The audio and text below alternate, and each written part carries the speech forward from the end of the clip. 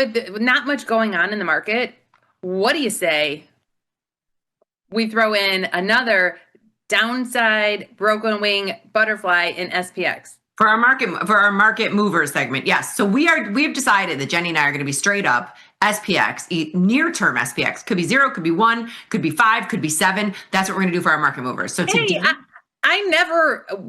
we had a discussion. Liz and I had a discussion about SPX trades and making our market movers SPX trades on Monday, on Tuesday, on Wednesday, on Thursday, but never ever did I say I was ruling out the longer term trades. Oh, we're rolling them out.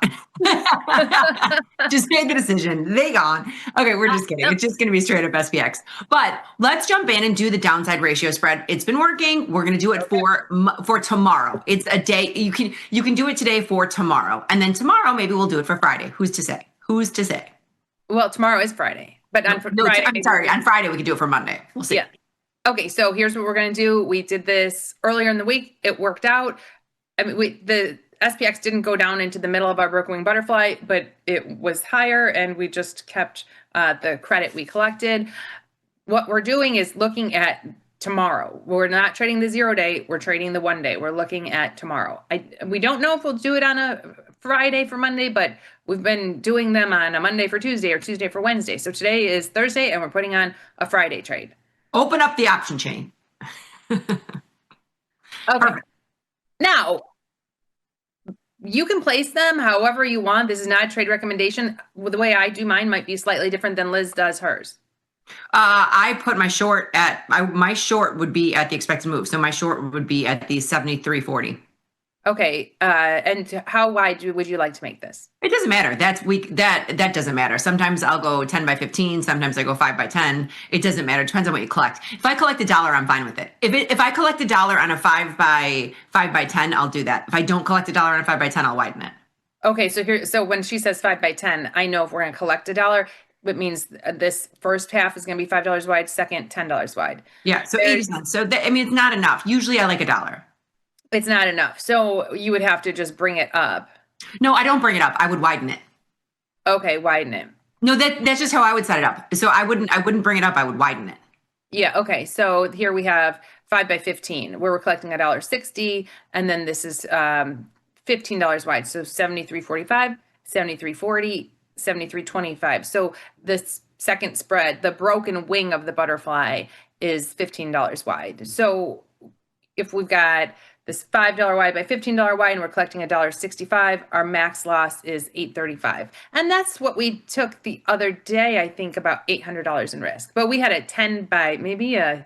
10 by 15 or 10 by 20? Can't remember. 10 by 20, I think. Maybe 10 by 20. Maybe it's 10 by 25. Because that's how I've been setting mine up. And so I'm fine with this. Where our break evens here, it's $820 in risk. Not bad at all. Can we take a look at it on the option chain too? Set yours up and then on the option chain or on the analysis page. The way I was doing mine, trying to get my break even around the expected move, not necessarily my short, and making it, I think, 10 by 25, 45, 35, 25, 20.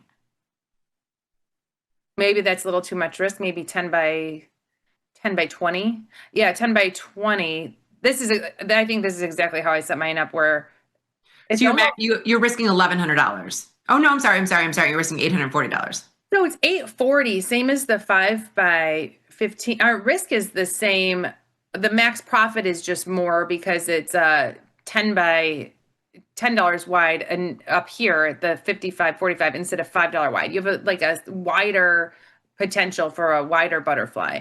Yes. Or bigger max profit. I keep mine narrower and down farther because I put them on a daily basis, and I just, like I said, I want less risk. Well, the risk is the same. It's just you're higher. You're higher. That's what I'm saying. Less risk to the downside. Yeah. Meaning you will lose you will lose because your risk is higher. So in the other one, it was down. Yeah, I'll put that one on too. So here you've got the most profit potential, and this one is $1,145. Yeah, because if one of those hits. Yeah, and anywhere to the upside, you would keep the 100 and whatever you collect, 150, 160, 170. Now, when I Let's do put this mine on one. the other day, We don't need to go through the other ones. We've got it locked and loaded. So you've got a 10 by 20. You're taking in $1.55. You're risking $845. Your max profit is 1,100, but you don't want that. Like, I mean, you do want it. You want that. You want 1,100, but you don't care if you keep the 150. so yesterday, I had one of these on from the day before, and when the market was up, I spent 50 cents to just turn it into a complete butterfly. So then I had a 10 by 10 butterfly on for $1 credit, thinking, oh, if the market drops, great. I hope it ends up in the middle of this. If not, I just keep that dollar. Same thing with the other one. You can turn them into a butterfly the next day if you want to, or just try to keep your whole credit. I like this. It's locked. It's loaded. I like $1.50 better than $1.35. I know it's bouncing around. It is bouncing around. Basically, we'll get more for this if the market's down. We've got SPOOs down 37. The lower the market goes, the more we'd get for this. Yeah, so we can let's put it in for $1.50 and hopefully get filled. Yeah, either scenario, either Brooklyn butterfly, the risk is to the downside, a big move down.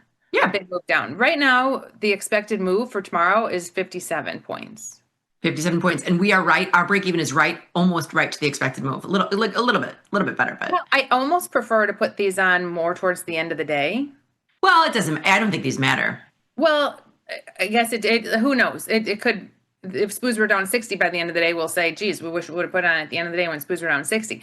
If SPOOs are unchanged at the end of the day, we'll say, oh, glad we put this on when SPOOs were down 40. What it doesn't, I've been doing these for a long time, Jenny. It almost doesn't matter. Like I've had days where I put them on now and it's through it. And then you wake up in the morning and it's above it. Do you know what I mean? Yeah. You're looking at the probabilities. You can't say one way or another because you don't know what tomorrow's going to bring. And we don't know what the rest of the day is going to bring, Yes. right? We could have a rally later in the day and we would have got these on at this price. Right. So I'm going to lock this for $1.50. And again, we're buying 173.55 put, selling 273.45 puts, and buying 173.25 put, taking $1.50, risking $850.